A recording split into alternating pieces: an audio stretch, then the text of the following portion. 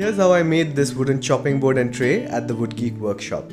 I made this beautiful wooden pattern by combining two kinds of wood. A darker black shirish, which is the local hardwood that you get around North Bengal, and a lighter colored birch wood to get a contrasting effect.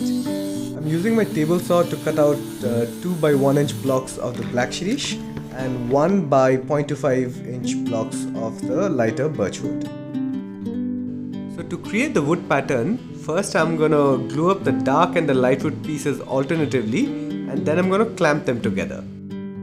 You'll see that I'm gluing up two boards here, one with the pieces set straight, one below the other, and a second board with the pieces set in a slightly staggered manner, so I have a slightly angled board. And you'll see why I'm doing that in a bit. I'm using regular wood glue which sets in about 15 to 20 minutes, and once both the boards are dry, I take both these boards to my planer and even out the thickness. Next, it's off to the table saw. I clean up the sides of the first board, and for the second board I set up the fence at 45 degrees so I can get a 45-degree angled cut. Now to create the wood patterns, I'm going to cut out 3-inch blocks from both the boards. The straight 3-inch blocks will form a brick style pattern, and the angled 45-degree blocks will create a chevron pattern. First, to create the brick style pattern, I'm going to lay out all the pieces, and then I'm adding a strip of the lighter birch wood in between each of them. Then I'm flipping every alternate piece to create this haphazard pattern that resembles a brick wall. Next, to create the chevron pattern, I'm taking all the pieces cut at a 45-degree angle, and I'm flipping every alternate piece, making sure that the lighter wood segments match.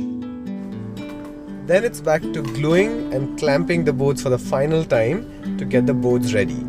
Once the glue dries, it's time to take these boards to the planer, where I reduce the thickness to about 20 mm. With both my brick style pattern and chevron board ready, it's time to take it back to the table saw to clean up the sides. I'm going to make a rectangular tray out of the brick pattern board and a chopping board from the chevron board. So from here, it's off to the CNC.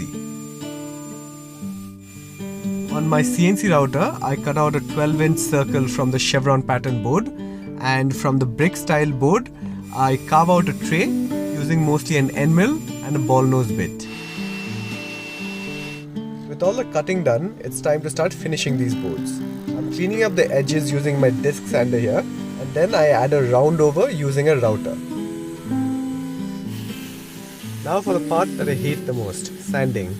I'm using sandpaper all the way from 80 grit to 400 grit so that I can get a smooth finish. To protect the chopping board and tray, I'm using a water-based sanding sealer followed by a food-safe matte top coat made by ICA. So there you go. That's how I make patterned chopping boards and trays at the Woodgeek workshop. You can shop all of these products at woodgeekstore.com, and we deliver across the world.